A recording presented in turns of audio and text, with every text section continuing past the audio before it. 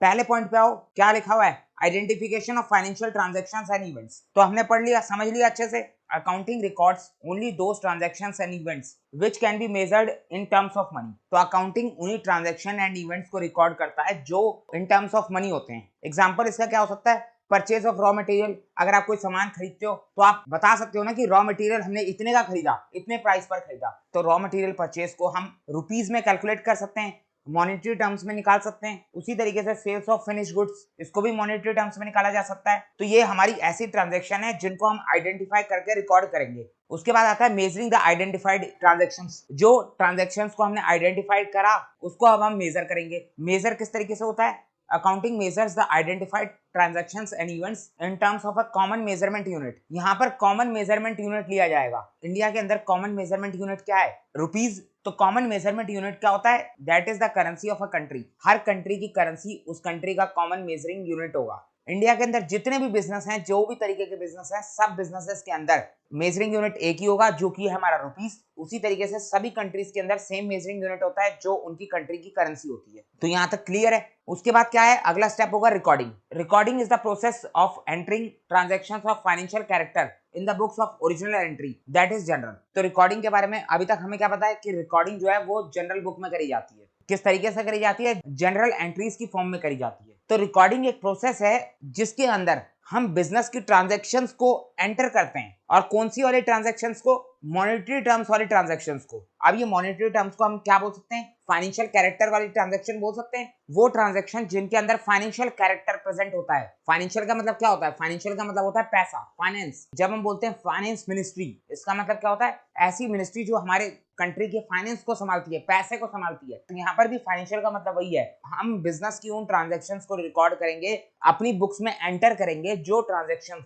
Financial character की होंगी। और कहां पर करेंगे, in the books of original entry, that is general. तो जनरल का दूसरा नाम है ओरिजिनल एंट्री। अब इसका नाम ओरिजिनल एंट्री क्यों है, ओरिजिनल का मतलब होता है जो चीज बिल्कुल जेन्युइन है। अब मुझे ये बताओ कि जो जनरल के अंदर रिकॉर्डिंग होती है वो किस बेसिस पर होती है, उसका बेसिस क्या होता है, उसका बेसिस होता है एविडेंस, जो हमारे बिल होते हैं, इनवॉइस होते हैं। तो जो सबसे पहला बेसिस है इनवॉइस और बिल का, वो तो बिल्कुल जेन्युइन है। या फिर आप इसको ऐसे भी कह सकते हो, अकाउंटिंग करने का पहला स्टेप ही जनरल से स्टार्ट होता है, क्योंकि इसके बाद जो लेजर अकाउंट बनाया जाएगा वो जनरल के बेस पे बनाया जाएगा। तो वहां पर लेजर अकाउंट जो बनेंगे वो किसी जेन्युइन एविडेंस पे बेस्ड नहीं है, वो तो जनरल के ऊपर बेस्ड है। लेकिन जो जनरल है वो एकदम जेन्युइन एविडेंस के ऊपर बेस्ड है। अकाउंटिंग के अंदर जो ओरिजिनल एंट्री होती है, जो सबसे पहली एंट्री होती है, वो जनरल के अंदर होती है। सबसे पहली बार अकाउंटिंग के अंदर जो रिकॉर्डिंग होने जा रही है वो जनरल के अंदर होने जा रही है। तो इसीलिए इसको बोला जाता है ओरिजिनल एंट्री। ये बेस्ड होती है ओरिजिनल रिकॉर्ड्स पे।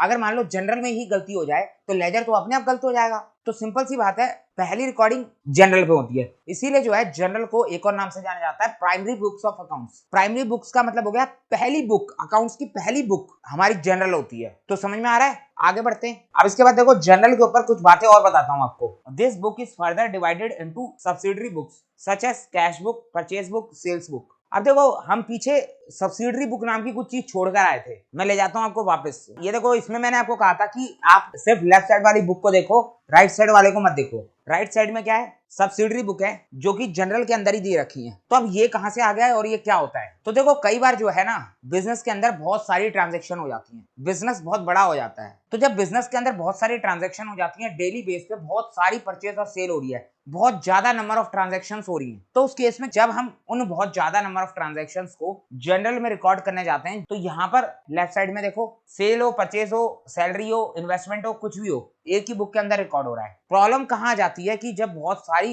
एंट्रीज हो जाती हैं, बहुत सारी ट्रांजैक्शंस हो जाती हैं, तो फिर वहां पर पहली ट्रांजैक्शन सेल की हो रही है, दूसरी परचेज की, तीसरी इन्वेस्टमेंट की, चौथी सैलरी की, फिर दोबारा सेल आ रहा है, फिर परचेज आ रहा है, फिर बीच में कभी रेंट आ जा रहा है, कभी प्रॉफिट आ जा रहा है, बड़ी दिक्कत हो जाती है, सब कुछ मिक्स हो जाता है। इतनी ज्यादा ट्रांजैक्शंस हो जाती हैं कि हमें जनरल भी समझ में आना मुश्किल हो जाता है, जनरल में रिकॉर्डिंग करना मुश्किल हो जाता है। तो हम यहीं पे जनरल वाले स्टेज पे ही एक कदम उठा लेते हैं कि हम स्टार्टिंग से ही इन एंट्रीज को अलग अलग करके चलेंगे। इनको हम लेजर में जाके अलग नहीं करेंगे, यहीं पर अलग अलग करके चलेंगे। तो कई बार जब बिजनेस बहुत बड़ा हो जाता है, नंबर ऑफ ट्रांजैक्शंस बहुत ज्यादा होती हैं डेली बेसिस पे, तो हम स्टार्टिंग से ही एक स्पेशल टाइप की जनरल बुक बनानी शुरू कर देते हैं जिसको हम बोलते हैं सब्सिडरी बुक। सब्सिडरी बुक एक स्पेशल टाइप की जनरल बुक होती है जो तब बनाई जाती है जब बिजनेस के अंदर नंबर ऑफ ट्रांजैक्शंस बहुत ज्यादा होती हैं, वरना नॉर्मली तो एक जनरल बुक बनाई जाती है जिसके अंदर सारी एंट्रीज मिक्स होती हैं। लेकिन जब नॉर्मल जनरल बुक से काम करने में दिक्कत आ जाती है तो उस केस में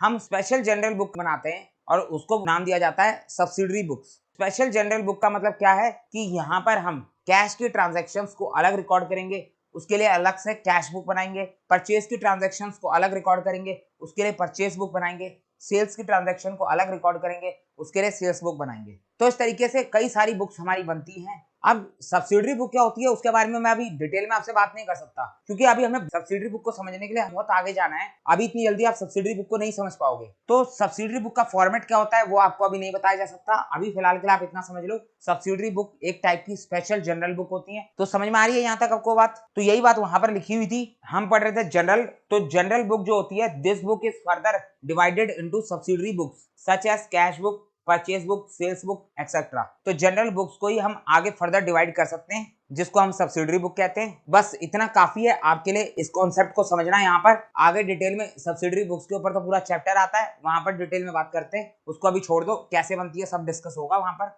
नेक्स्ट पॉइंट है क्लासिफाइंग। तो यहाँ पर जो है हम क्लासिफिकेशन करेंगे। अभी हमने जनरल बना दिया, जनरल में रिकॉर्डिंग कर दिया हमने, अब हम करेंगे क्लासिफिकेशन। तो क्लासिफिकेशन किसके अंदर होता है? क्लासिफिकेशन लेजर के अंदर होता है। Classification is the process of grouping transactions और entries of one nature at one place. मैंने आपको बोला था कि जो सिमिलर नेचर वाली एंट्रीज हैं उसको उठाते हैं और एक जगह उनका अकाउंट बना देते हैं। यहाँ पर देखो लेजर अकाउंट देखे थे हमने, सेल्स वाली एंट्रीज को हमने जनरल से उठाया था और उसके लिए एक सेल अकाउंट बना दिया था। सारी परचेस वाली एंट्रीज को हमने जनरल से उठाया था और परचेज अकाउंट बना दिया था। सारी कैश वाली एंट्रीज को हमने जनरल से उठाया और कैश अकाउंट बना दिया। उसी तरीके से हमने सारी सप्लायर्स वाली एंट्रीज को उठाया और सप्लायर अकाउंट बना दिया। इस तरीके से जितनी टाइप की एंट्रीज होंगी, जितनी टाइप की सिमिलर ट्रांजैक्शंस होंगी, उन सबको आप जनरल में से उठाओगे और उनका लेजर अकाउंट बना दोगे। जितनी भी परचेज होंगी पूरे साल की वह हमारी इस परचेज अकाउंट में चली जाएंगी। जितनी भी कैश ट्रांजैक्शंस होंगी पूरे साल की वो हमारी इस कैश अकाउंट में चली जाएंगी। तो समझ में आ रही है आपको बात? तो वही बात यहाँ पर बोली जा रही है कि आप सेम नेचर की ट्रांजैक्शंस का ग्रुप बनाओगे। This book contains individual account head.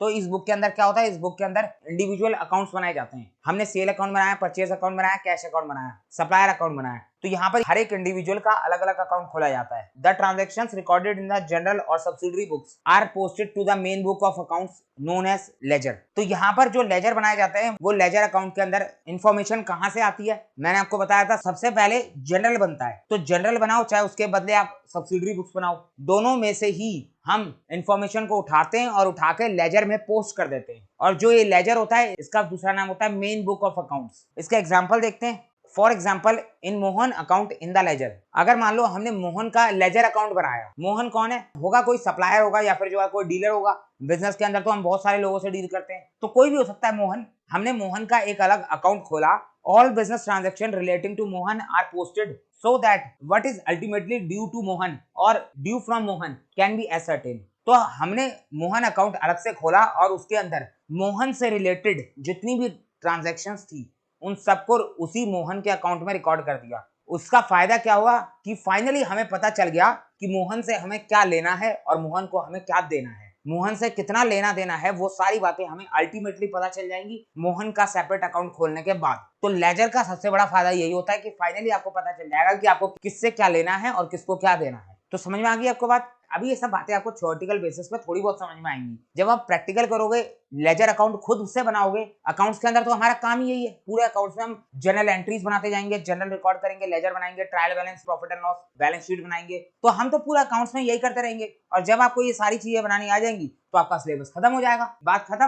तो ये सब चीजें तो आगे प्रैक्टिकल क्वेश्चंस में आती जाएंगी, हम बनाते जाएंगे, तो वहां पर आपको अच्छे से क्लियर होती जाएंगी। लेकिन अभी जितना मैं आपको समझा रहा हूँ उतनी बातें आपके दिमाग में अच्छे से फिट हो जानी चाहिए ताकि आपका एक बेस क्लियर हो जाए। अब चलते हैं आगे। नेक्स्ट है हमारा समराइजिंग।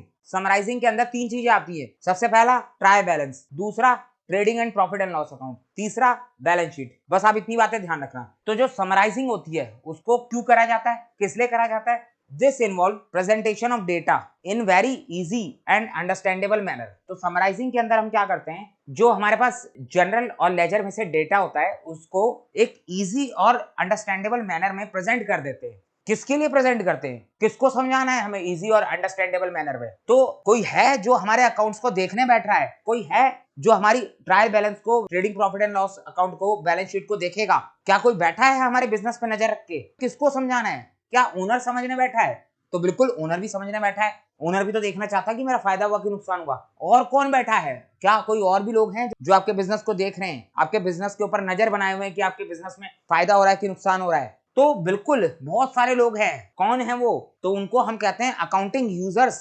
ये वो लोग होते हैं जिनको आपके बिजनेस से डायरेक्टली और इनडायरेक्टली लेना देना होता है। आपके एम्प्लॉइज, बिजनेस के अंदर जो आपके एम्प्लॉइज हैं, उनको आपके बिजनेस से डायरेक्टली लेना देना है। भाई उनकी सैलरी आ रही है आपके बिजनेस से, तो आपका बिजनेस कैसा चल रहा है ये जानने का उनको पूरा राइट है। कोई भी पर्सन अगर किसी कंपनी में काम कर रहा है, कंपनी का वो एम्प्लॉय है, तो उस एम्प्लॉय को ये बात जानने का पूरा अधिकार है कि उसकी कंपनी कैसी चल रही है, उसकी कंपनी का बिजनेस कैसा चल रहा है। तो यही बात छोटी दुकान पे भी अप्लाई होती है और बड़े बड़ी कंपनीज में भी अप्लाई होती है।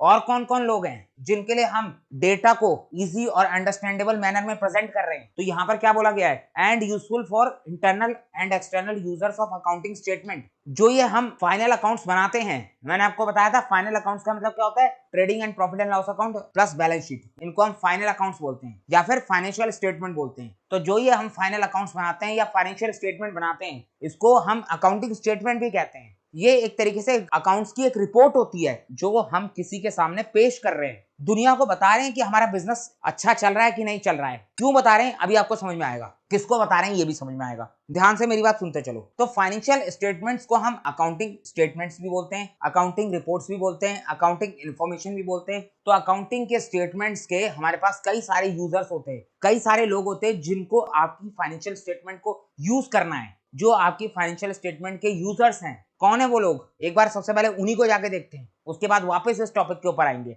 तो यहाँ पर देखो, अगर मैं अकाउंटिंग इन्फॉर्मेशन की बात करता हूँ तो अकाउंटिंग इन्फॉर्मेशन के अंदर 3 चीजें आती हैं। अभी तक मैंने आपको 2 बताई थी, अब एक और चीज बता रहा हूँ। अकाउंटिंग इन्फॉर्मेशन का मतलब हो गया आपका प्रॉफिट एंड लॉस अकाउंट, ये वही trading profit and loss account ही है। दूसरा क्या है? दूसरा है हमारा बैलेंस शीट, बैलेंस शीट भी हमने देख लिया। तीसरा क्या है? तीसरा है हमारा कैश फ्लो स्टेटमेंट। अभी कैश फ्लो स्टेटमेंट क्या होता है, अभी ध्यान से सुनो, एक एक बात बता रहा हूँ। तो जो प्रॉफिट एंड लॉस अकाउंट होता है उसको हम बोलते हैं कि ये हमें फाइनेंशियल परफॉर्मेंस बता रहा है। प्रॉफिट एंड लॉस से मिलने वाली इंफॉर्मेशन को हम कहते हैं कि ये इंफॉर्मेशन फाइनेंशियल परफॉर्मेंस से रिलेटेड है। फाइनेंशियल परफॉर्मेंस का मतलब क्या हो गया? अगर मैं पूछूं कि पढ़ाई में आपकी परफॉर्मेंस क्या है, तो वो तो आपके रिजल्ट से पता चलेगी ना कि आपके मार्क्स बढ़े कि घटे पिछले साल के मुकाबले या पिछली बार के मुकाबले। उसी तरीके से बिजनेस की परफॉर्मेंस अच्छी है कि बुरी है, बिजनेस कैसे परफॉर्म कर रहा है, ये बात आपको कैसे पता चलेगा? बिजनेस का प्रॉफिट एंड लॉस देख के। तो बिजनेस का प्रॉफिट एंड लॉस जो है बिजनेस की परफॉर्मेंस बताता है। उसी तरीके से अगर मैं बैलेंस शीट की बात करूं तो बैलेंस शीट से जो हमें इंफॉर्मेशन मिलती है उसको हम बोलते हैं फाइनेंशियल पोजीशन। बैलेंस शीट से हमें बिजनेस की फाइनेंशियल पोजीशन पता चलती है। अब फाइनेंशियल पोजीशन का क्या मतलब है? अगर मैं आपसे कहूं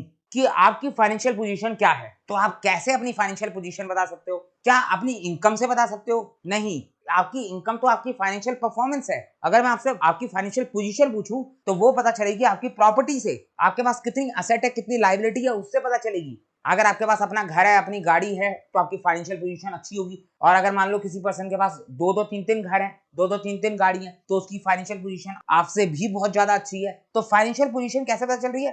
किसी पर्सन की एसेट और लायबिलिटीज को देख के। अब ये तीसरा है कैश फ्लो स्टेटमेंट। आपको नाम से समझ में आ रहा होगा, एक ऐसी स्टेटमेंट जिससे हमें कैश फ्लो के बारे में पता चलता है। यानी ये ऐसी स्टेटमेंट है जिसके अंदर सिर्फ हम कैश की एंट्रीज को रिकॉर्ड करेंगे, यानी यहाँ पर उधार वाली एंट्रीज रिकॉर्ड नहीं होंगी। अब आप ये नहीं कह सकते कि मैं ऐसा बिजनेस स्टार्ट करूंगा जिसमें मैं उधार नहीं दूंगा किसी को भी, तो ऐसा पॉसिबल नहीं है। उधार देना भी पड़ता है और उधार लेना भी पड़ता है। कोई भी बिजनेस बिना क्रेडिट के नहीं चलता। अभी तो आप आगे कभी 2nd ईयर 3rd ईयर में जाके फाइनेंशियल मैनेजमेंट का सब्जेक्ट पढ़ोगे, वहां पर आपको बताया जाएगा कई बार ऐसा होता है कि उधार में पैसा लेकर बिजनेस करना ज्यादा फायदेमंद होता है रेदर देन आप अपना पैसा लगाओ। तो कई बार उधार के पैसे से भी बिजनेस बहुत बढ़िया तरीके से होता है, लेकिन उसके लिए फाइनेंशियल मैनेजमेंट का सब्जेक्ट आपको आना चाहिए। आपको पता होना चाहिए कि आप अपने फाइनेंस को किस तरीके से मैनेज करोगे। आपका जो फाइनेंस है वो कहीं से भी आ सकता है, आपका खुद का भी हो सकता है, आप किसी से लोन भी ले सकते हो, लेकिन उस फाइनेंस को मैनेज कैसे करा जाता है वो फाइनेंशियल मैनेजमेंट वाले सब्जेक्ट में आपको पढ़ने को मिलता है। तो यहाँ पर हम फाइनेंशियल मैनेजमेंट के ऊपर नहीं जाएंगे, यहाँ पर हम अकाउंटिंग की बात करते हैं। तो मैं आपको कह रहा था कि जो कैश फ्लो स्टेटमेंट होती है उसके अंदर हम सिर्फ कैश ट्रांजैक्शंस को रिकॉर्ड करते हैं ताकि हमें कैश का इनफ्लो और आउटफ्लो फ्लो पता चल सके। तो अगर हमें कैश के बारे में जानकारी लेनी है तो हम कैश फ्लो स्टेटमेंट बना सकते हैं। तो ये तीनों चीजें मिलाकर बोलते हैं कि ये होती है हमारी अकाउंटिंग इन्फॉर्मेशन। इसको आप अकाउंटिंग स्टेटमेंट बोलो, अकाउंटिंग रिपोर्ट्स बोलो, वो आपके ऊपर डिपेंड करता है। ये तीनों हमें अकाउंटिंग इन्फॉर्मेशन देती है। अब बात आती है कि इन अकाउंटिंग इन्फॉर्मेशन को यूज कौन करता है, किसको देनी है ये इन्फॉर्मेशन, किसके लिए कर रहे हैं अकाउंटिंग, क्यों इतने ड्रामा कर रहे हैं, कौन है जो हमारे अकाउंटिंग इन्फॉर्मेशन को यूज करने वाला है। तो यही हमें देखना है कि कौन है वो यूजर्स जो हमारी इस अकाउंटिंग इन्फॉर्मेशन को यूज करेंगे। तो हमारे पास यूजर्स होते हैं अकाउंटिंग इन्फॉर्मेशन के, जिनके लिए हम अकाउंटिंग कर रहे हैं। इन यूजर्स को हम दो कैटेगरी में डिवाइड करते हैं। पहले होती है इंटरनल यूजर्स और दूसरे होते हैं एक्सटर्नल यूजर्स। इंटरनल यूजर्स नाम से समझ में आ रहा है वो लोग जो बिजनेस के अंदर के लोग हैं, और एक्सटर्नल यूजर्स वो लोग जो बिजनेस के बाहर के लोग हैं।